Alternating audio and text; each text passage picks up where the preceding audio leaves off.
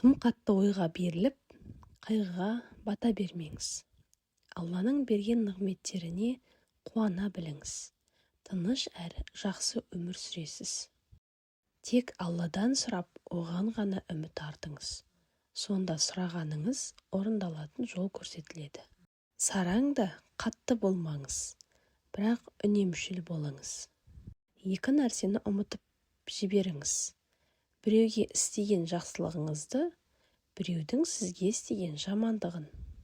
Баланы орнымен жазалау, яғни сөзбен, жаңбырдың жерге деген қажеттілігі секілді. Сапарға шықсаңыз, түн ортасында емес, таңға таман жол алыңыз. Балаң есейіп, одан жақсылық көргің келсе, кішісінде оған бар мейіріміңді бер. Қошқар мен қасқыр дос бола алмайтыны секілді, ақымақтармен достасамын деп әуреге түспеңіз. Жақсы адамды кезіктіріп қалсаңыз, онда өзіңізді бір саты төмен ұстап, мәміле қылыңыз. Ал ақымақтарға сенікі дұрыс дей салыңыз. Өзгелерді таң қалдырып, ақымақтармен бәстесуге бола білім алмаңыз. Жаратқаннан еш нәрсе жасыра алмайтыныңызды ойлаңыз. Қарыздан аулақ болыңыз. Бұл сіздер үшін күндіз кемсіту болса, түнде ауыр ой мен ұйқысыздыққа апарады. Адасып жүрген болсаңыз, білгеннен сұраңыз. Адамдардың сөзінен қорқып, өзіңізді тура жолдамын деп алдамаңыз. Лұқман хакімге: сен қалай мұндай даналыққа қол жеткіздің деп сұрақ қойыпты. Сонда ол: үнсіздік сақтап, маған қатысы жоқ нәрсеге араласқан жоқпын, депті. Шынында сөздің салмағы тастан да қатты, пышақтан да өткір. Шынында адамның жүрегі топырақ секілді. Оған жақсы сөз бен жылулық керек.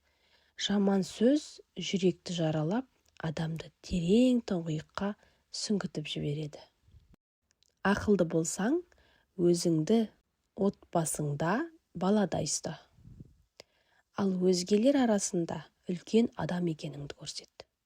Мен ауыр тастар мен қатты темірлерді де тасыдым. Бірақ қарыздан ауыр нәрсені көрмедім. Дәмді тағамдар мен балдай тәтті жемістердің де дәмін көрдім. Бірақ денсаулықтан тәтті ештеңе көрмедім. Үнсіздік көп адамның қолынан келмейтін даналық. Алған біліміңе амал етпей, одан да көпке ұмтылуың, бір адамның бір құшақ отын жинап, оны көтере алмайтынын біле тұра, оған тағы да ашкөздікпен отын тергеніндей болмақ. Әйелге сенбе, оған сырыңды айтпа. Өтіп кеткен жанжал мен келіспеушіліктеріңді есіңе алма. Біреуді ешкімнің алдында ұятқа қалдырма. Көшеде отырған іссіз және әңгімешіл адамдарға қосылма. Мейманыңа іс бұйырма және оның жанында жанжал шығарып, біреумен ұрыспа. Балаң не айтса, соны істей берме. Өз наныңды өзгенің дастарханында жеме. Аз жеуге, аз сөйлеуге әдеттен. Сөйлесең, дәлелмен сөйле. Тәнің мен киіміңді таза ұста. Саған ісі түскен кісіні үмітсіз қайтарма. Ал наданнан жақсылық күтпе. Өзіңе жақпаған нәрсені өзгеге де тең көрме. Біреудің үйіне кіргеніңде көзің мен тіліңе ықтият бол. Барлық істе орташа жол тұт. Адамдар әдемі сөздермен мақтана берсін, ал сен үнсіздікті қош көр. Ненің пайдалы, ненің пайдасыз екенін ұмытып, өз абыройыңды төкпе. Байлығыңның мөлшерін дос пен дұшпанға білдірме. Дүние түпсіз терең теңіз. Онда небір патша да мүсәпір де өткен. Солай екен, сен өзіңе иманнан кеме жасап ал. Ақыретіңе зиян келтіретін дәрежеде дүниеге берілме. Бірақ адамға жүк болатын дәрежеде дүниені ұмыт қалдырма. Досыңды қиын күндерде сына. Оның пайдасы мен зиянын електен өткіз.